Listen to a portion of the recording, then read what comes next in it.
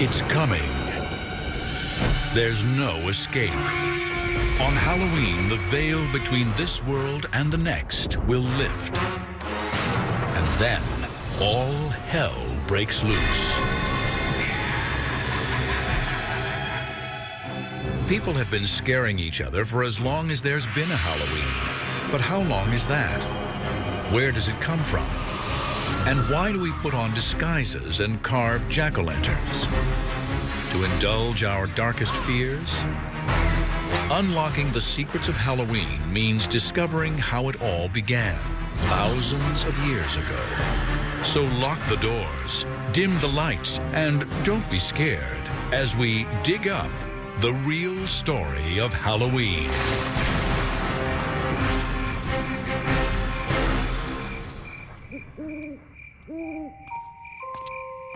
How can you describe Halloween without sounding insane? Masked children come to our doors and threaten us. In return, we give them candy. But why? Why do we carve faces into fruit, then light candles inside them? And why do we adorn our homes with coffins and tombstones? The truth is, we take great pleasure in scaring ourselves to death. Halloween is about being someone else. It's about getting outside your own skin. And I think we tolerate it because we know it's one night.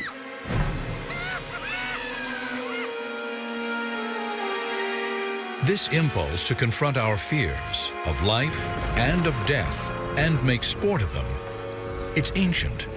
And so are our treasured Halloween traditions.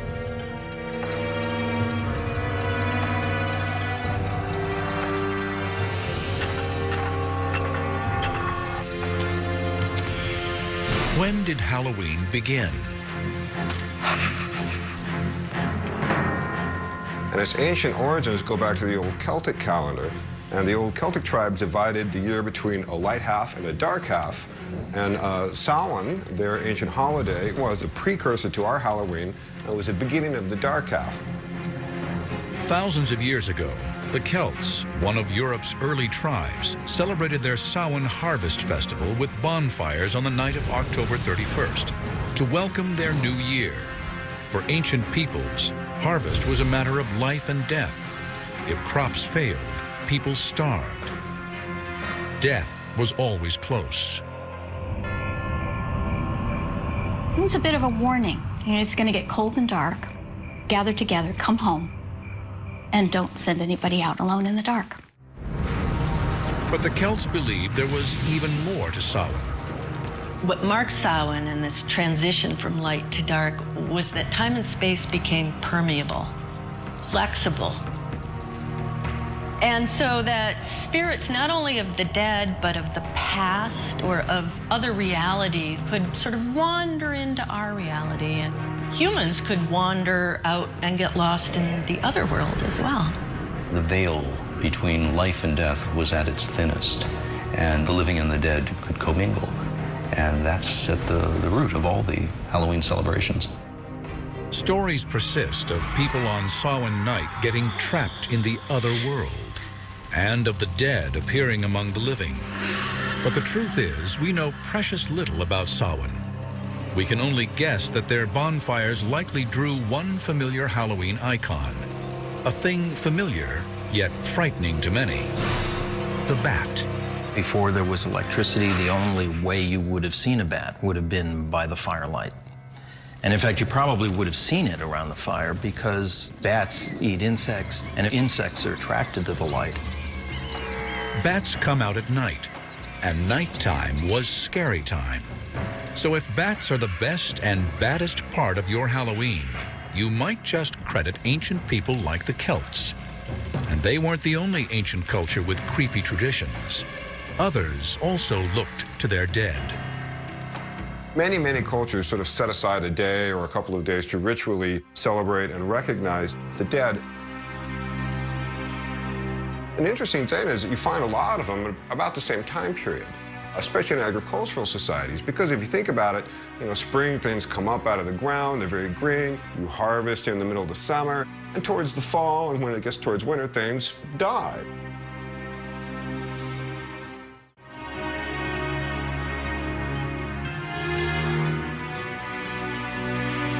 How did these ancient traditions survive into our modern era? In Western culture, they were preserved by, of all people, Christians. In a bizarre twist of history, as Christianity spread, it adopted and reimagined pagan folk ways rather than try to stamp them out. This made it easier to convert pagans. A key pagan festival destined to get a Christian makeover was Lemuria, when celebrants placated the dead, culminating on May 13th. Of all the different days that they have in the Roman calendar to celebrate the dead, it was the spookiest. So on the Lemuria, what are called the larvae, the ghosts of the departed, would come up and haunt people. To quell the dead, pagan Romans poured milk onto their graves or offered them little cakes.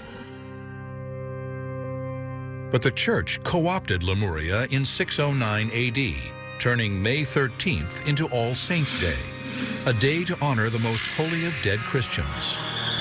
Setting aside this day was an attempt to Christianize this very pagan festival, and yet at the same time what it did was it kept a lot of the same themes going. The Christianized version of Lemuria was such a success that church leaders made a decision that eventually gave rise to Halloween. They moved All Saints, or Hallows Day, to November 1st to drain the life out of pagan Samhain. Because Samhain fell on the night of October 31st, before All Hallows Day on November 1st, people started calling Samhain All Hallows Evening, the evening before All Hallows Day. This shortened into All Hallows Even, and finally, into Halloween. And then, to be safe, the Church went one step further, adding a holiday to honor not just saints, but everyday Christians. November 2nd became All Souls Day, a church-sanctioned holiday to honor the departed. This is real important for Halloween because this is where Halloween gets its association with dead souls, death, and the supernatural again. So thank the Church for inspiring the creepy essentials of Halloween. But wait, there's more. The Church also helped establish the tradition of trick-or-treating, sort of. It all started during the Middle Ages on All Souls Day, when priests told Christians to pray for souls trapped between heaven and hell in a netherworld they called purgatory. Purgatory was not a pleasant place. It's not hell. It's not as bad as hell is, but it's still probably pretty fiery. Souls are kind of suffering there. Luckily, there is something that you could do. You could offer up prayers for them. How did souls get out of purgatory? According to the Church, if enough prayers were offered, a soul would fly up into heaven.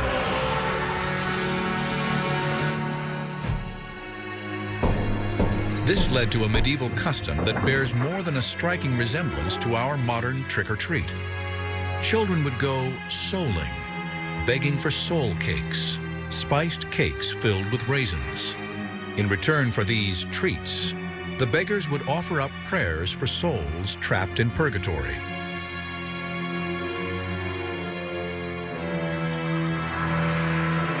While this forerunner to trick-or-treat became a preoccupation for medieval Christians, so did another future essential of Halloween: witches. It made perfect sense for people in medieval times to believe that there were demons and witches. And if there were demons and witches and they were responsible for bad things in the world, it made sense that you hunt them down and you kill them. That was their worldview. A witch panic in the 16th century helped establish the look of the character that, for many, epitomizes Halloween. Almost always women, witches were seen as in league with Satan. They were probably the healers who had cures in folklore and passed down orally through generations. And at some point, that becomes very suspicious for whatever reason to the religious people around them. And a lot of the symbols that were associated with these women, who probably often lived alone, may have been somewhat eccentric, of course, end up becoming associated with witches. Over time, as more and more women were accused of witchcraft, their practical kitchen tools acquired sinister dimensions and became model Halloween icons. Even something as mundane as a broom became an instrument of evil, as well as handy transportation. Another accessory in every witch's lair was perfect for brewing devilish potions: the cauldron. Cauldrons become very popular. Again, it was something that every household had in medieval ages. It was your basic cooking implement. The pointed witch's hat was a variation on a medieval countrywoman's hat. And of course, the mysterious lurking killer with the glowing eyes, the cat. It's not surprising that cats are associated with witches and Halloween. Cats can be a little enigmatic. You don't really know what's going on in their head. Also, they used to hang out near the hearth and by the brooms, so they became associated with witchcraft and with Halloween. Black cats and witches, graveyards and ghosts. The spooky elements of America's great Gothic holiday were taking shape. These ghoulish icons would soon make their way to the New World, where they'd help create the extravaganza we know today.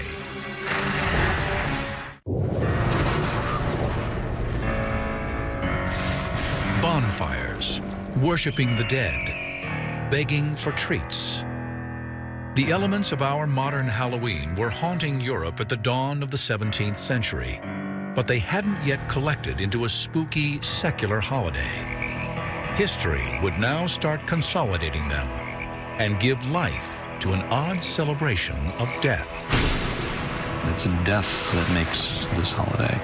Whether it's the threat of death if there is a bad harvest, the end of one order or the beginning of a new, this idea of the endless cycle of life and death and renewal is part of a lot of holidays, not just Halloween.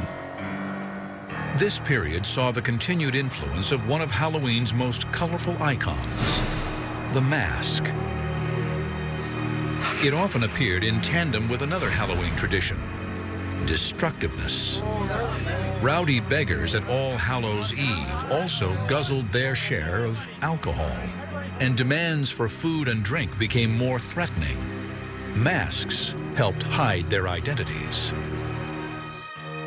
In Britain, they got into some very particular forms that involved dressing in costumes and going house to house to present these little plays. And at the end of the performance, they would be rewarded with food and sometimes money.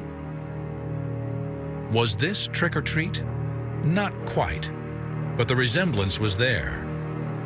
In 17th century England, many of these customs survived only in rural areas, but they would soon turn up in the city streets, thanks to a pro-Catholic terrorist named Guy Fawkes. On November 5th, 1605, Fawkes tried to blow up London's House of Lords with 36 kegs of gunpowder. Guy Fawkes was tried, found guilty, and hanged. And according to legend, his body was then drawn and quartered, and the pieces were thrown into a fire.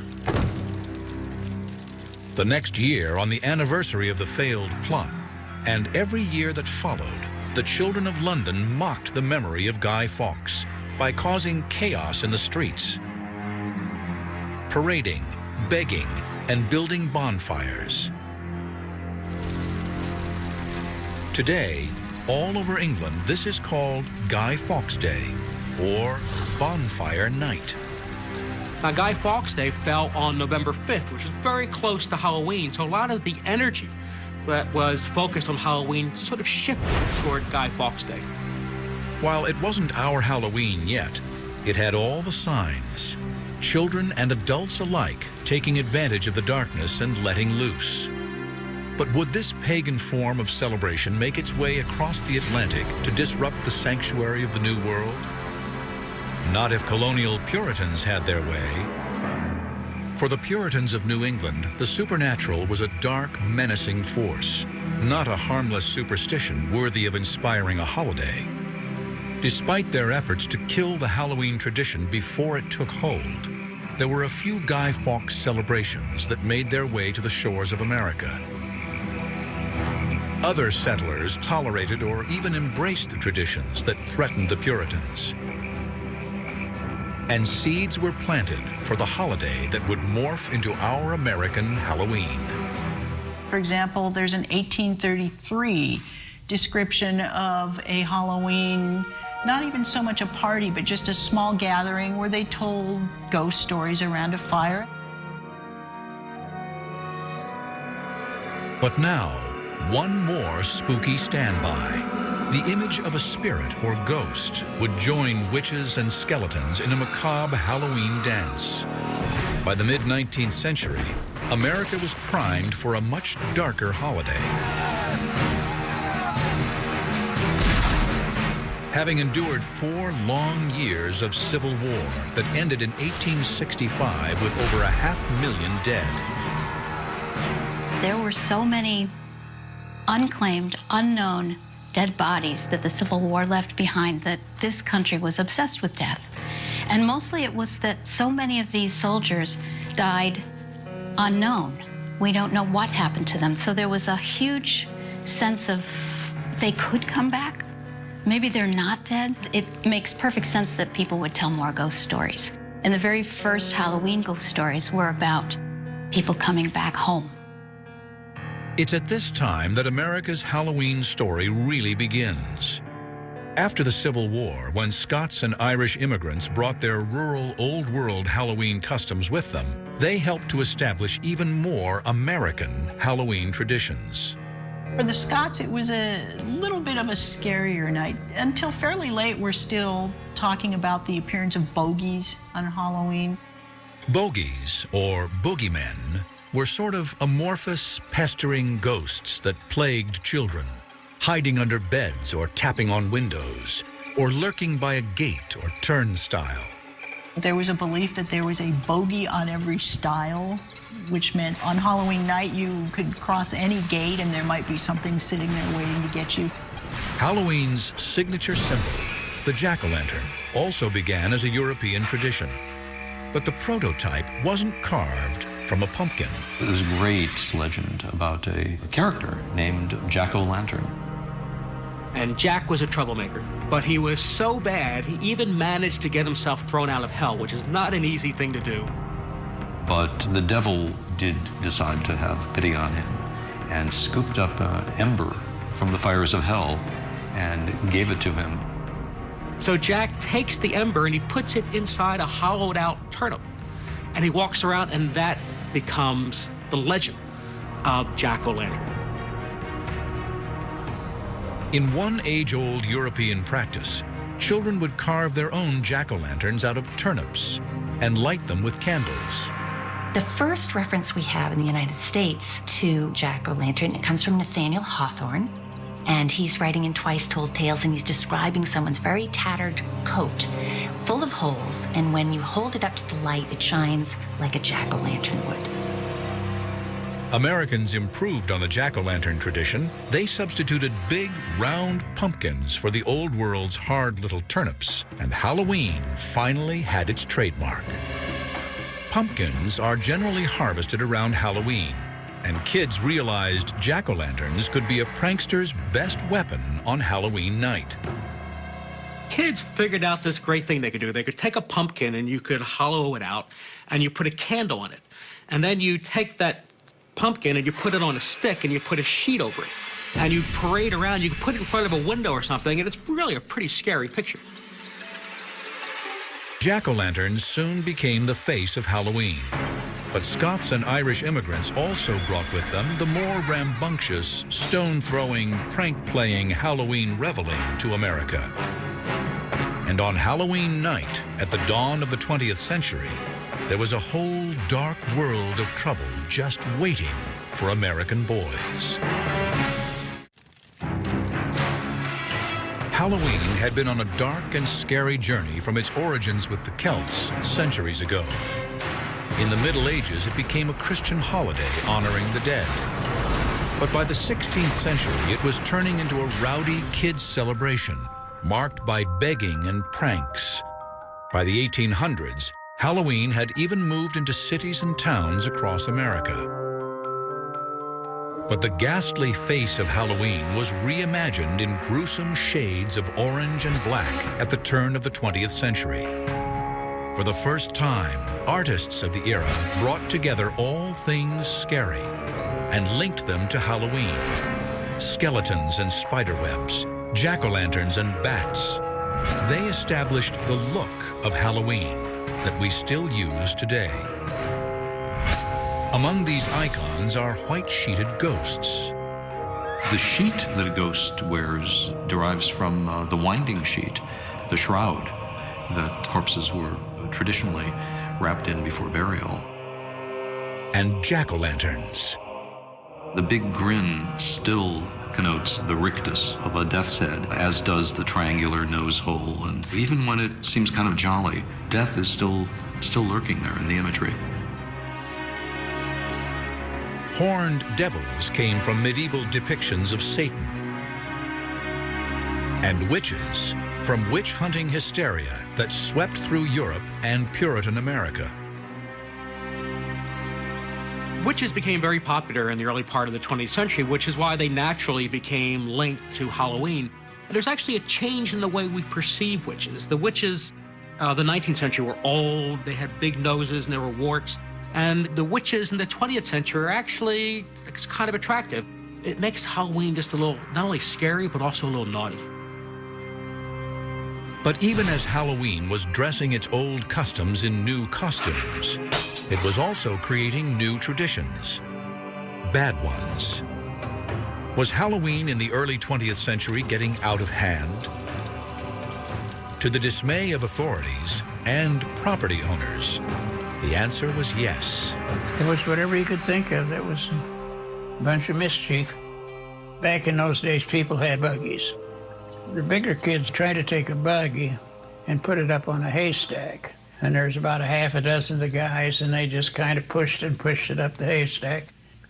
It was a lot of fun. Oh, we never did anything that was really destructive.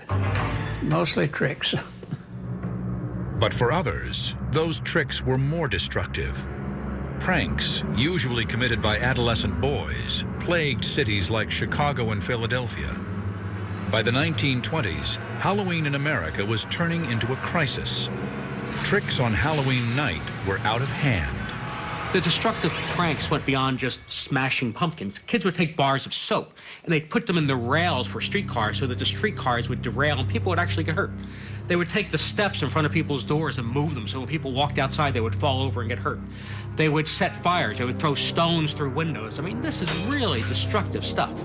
In rural communities, pranksters took wagons apart and reassembled them on roofs. They removed gates on farm fences so that animals could escape.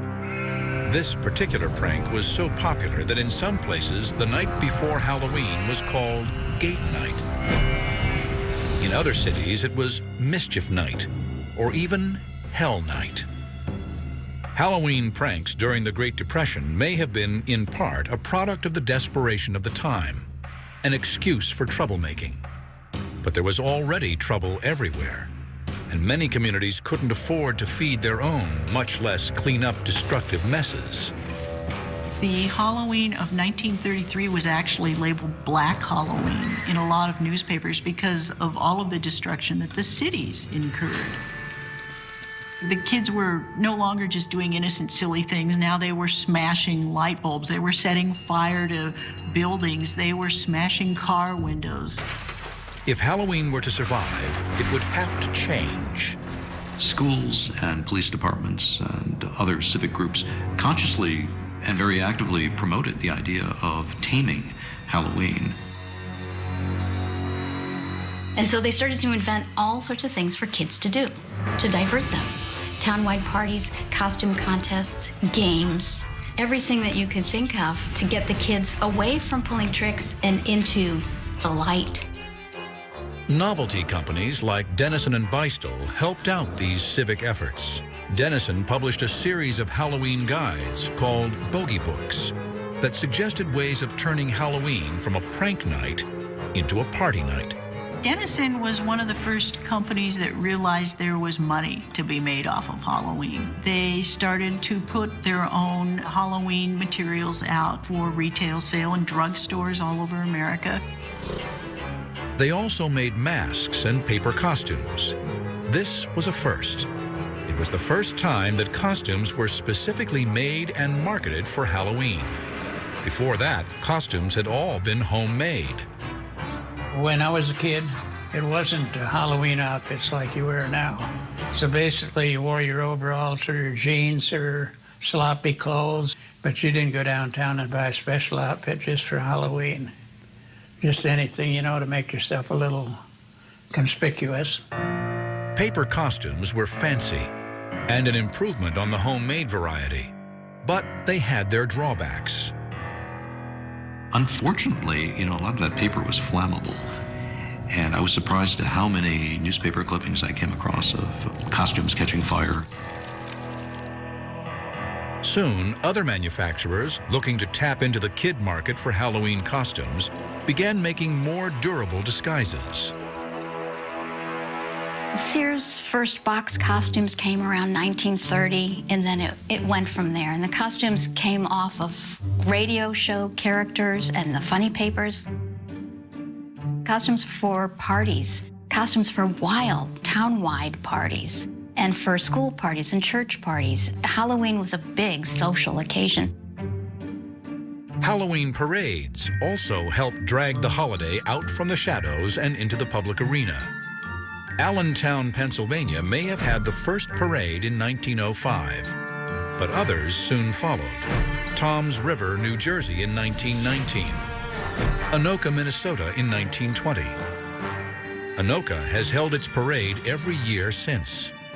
In fact, the city now bills itself the Halloween capital of the world. Each of these local efforts to tame Halloween worked to some extent. But what Halloween really needed was a whole new tradition, and it would soon get one. But this new tradition would prove to be a variation on a very old Halloween theme.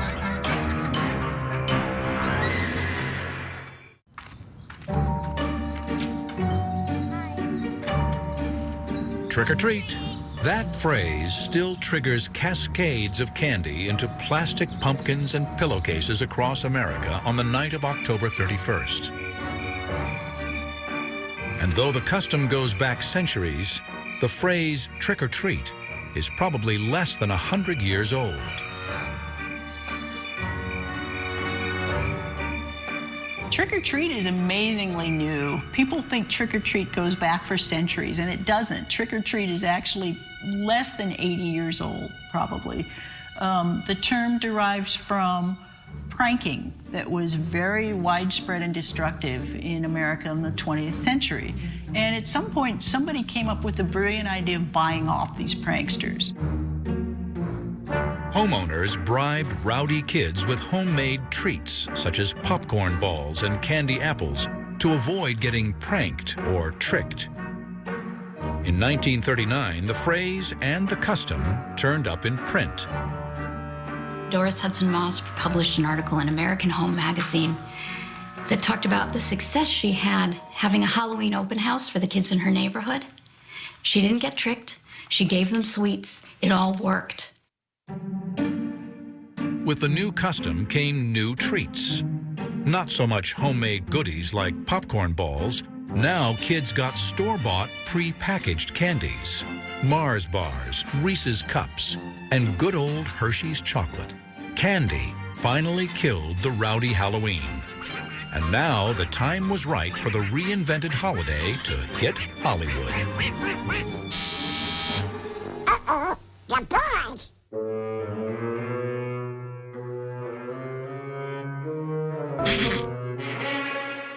Hello, boys! Trick or treat! For you, and you. Thank you, Mr. Dada.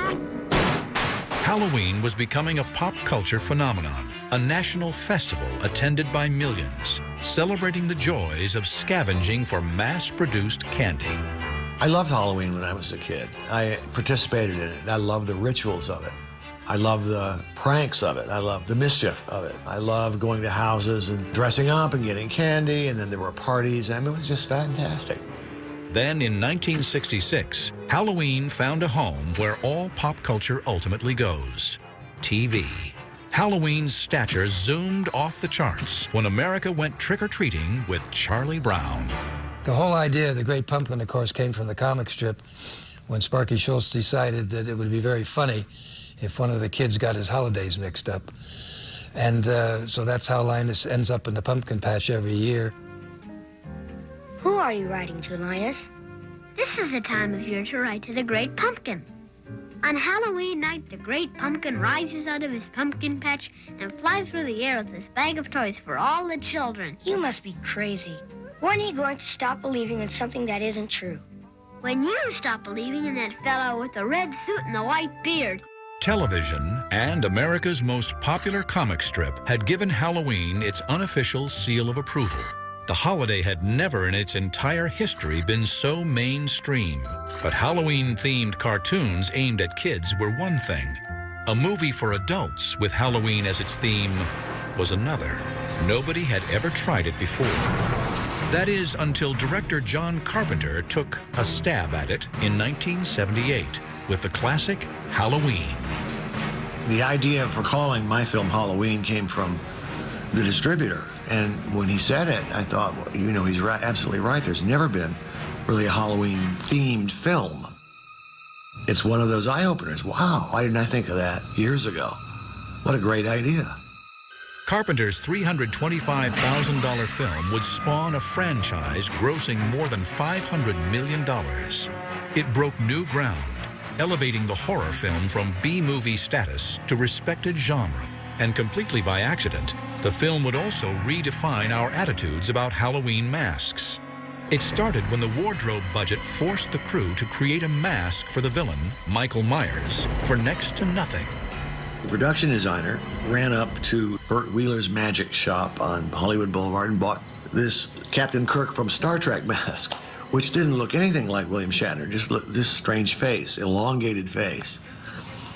But it was spray painted and fixed up a little bit. It was distorted, which is perfect. It's kind of written that way in the script, as wearing a face. The bargain basement mask and the villain behind it soon became another Halloween icon. Michael Myers still, even though the original movie came out in 1978, it still remains one of the most popular Halloween characters of all time.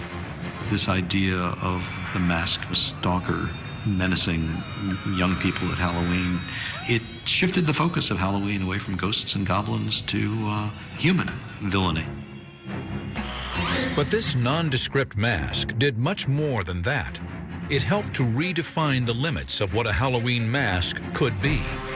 And it ushered in a new face of Halloween, one for a new millennium.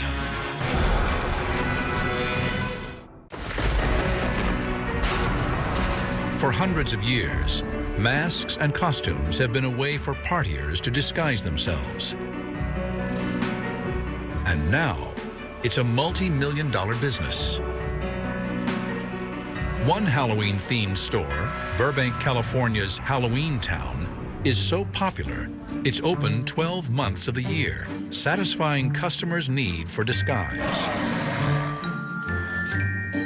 We've had this business for 10 years now, and we really wanted to make it special, so we decided to open a year-round permanent store with ultimate spooky shopping environment. It really puts people in the mood to shop for Halloween. Halloween stuff is all over the store, but the heart of Halloween Town's business is masks. We have dozens of masks. We have the best zombies you can find, the best clowns. Masks and disguises have always been great ways to let you off the hook in terms of your behavior. With an acting out kind of holiday like Halloween, of course, it's perfect. When I was a kid, I loved masks, but usually all you could find at the local stores were crappy plastic, flimsy masks that lost their shape. But as time went on, they've really evolved into an art form where there's a lot of time spent in the sculpting and the painting, and now it's to the point where you can get an expensive, high-end mask that almost rivals movie quality. And Wayne Toth would know. He's a special effects artist for major motion pictures. We have a lot of customers that like higher-end stuff or high-quality stuff, so we go out of our way to get that. We have high-end costumes, fancy jackets, and all kinds of accessories you really couldn't find anywhere else. We try and make it so no matter what you're looking for, you can find it here. Today's upscale masks and costumes are a far cry from the generic devils, witches, skeletons, and ghosts of the 1960s. But that's the decade when the Halloween wardrobe began to change. Hollywood started to influence what kids wore, transforming them into their favorite TV and movie characters.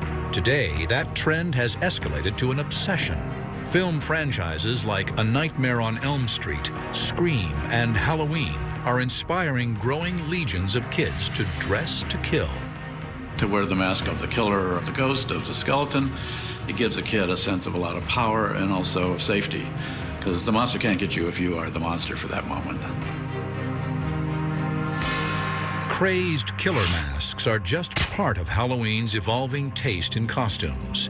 The only rule now is that there are no rules. Masks take their inspiration from pop culture, religion, politics, you name it. And a growing number of faces behind them belongs not to kids, but adults. Halloween has become a huge adult activity, and I don't think that was the case, say, 50, 60 years ago. But it's been, again, specific days set aside where you can be somebody that you normally aren't. You can get behind a mask, you can wear clothes you would never wear during the rest of the year, and people enjoy these. Truth is, our 21st century Halloween is as much a holiday for adults as it is a holiday for kids. You get those children who are now growing up, and they become very nostalgic for Halloween. So Halloween shifts again, starts to become more of an adult holiday. Halloween businesses now cater to anyone who wants to get into the spirit of the holiday, with parties and Halloween-themed venues such as haunted houses. 50 years ago, when you were too old to trick or treat, you probably had to stay home and hand out candy. There was nothing else for you to do. Now there is a vast and imaginative haunted house industry just for you. And there's something like 4,000 haunted houses in the United States every year.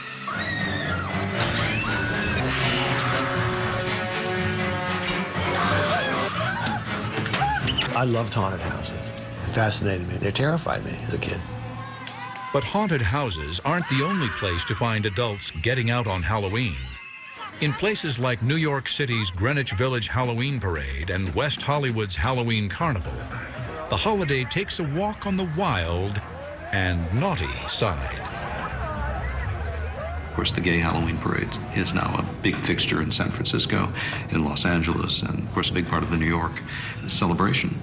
But it's this idea of turning the world on its head and being who you aren't or would like to be. Again, it's that mercurial American obsession with self-transformation.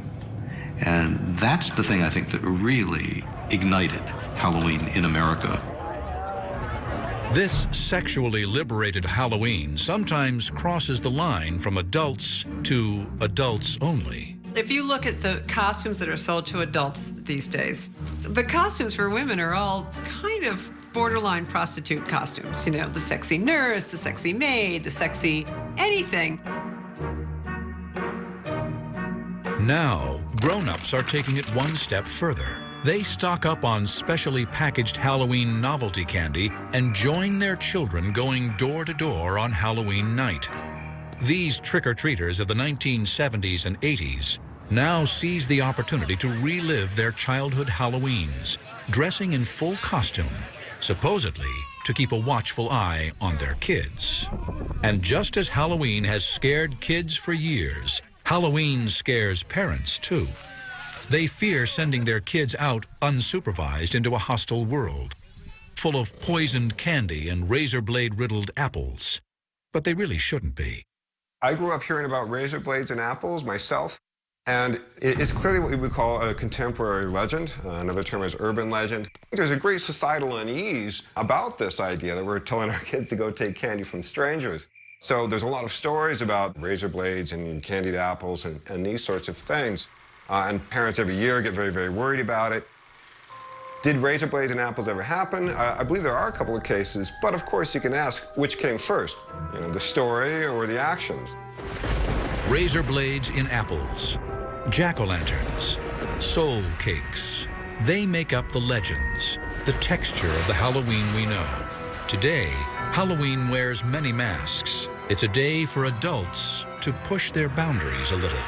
Clearly, a lot of women want to have a very sexy side of them, and it's only on Halloween that they bring it out. Maybe, you know, they could do a little more often. Yet Halloween still remains the domain of kids.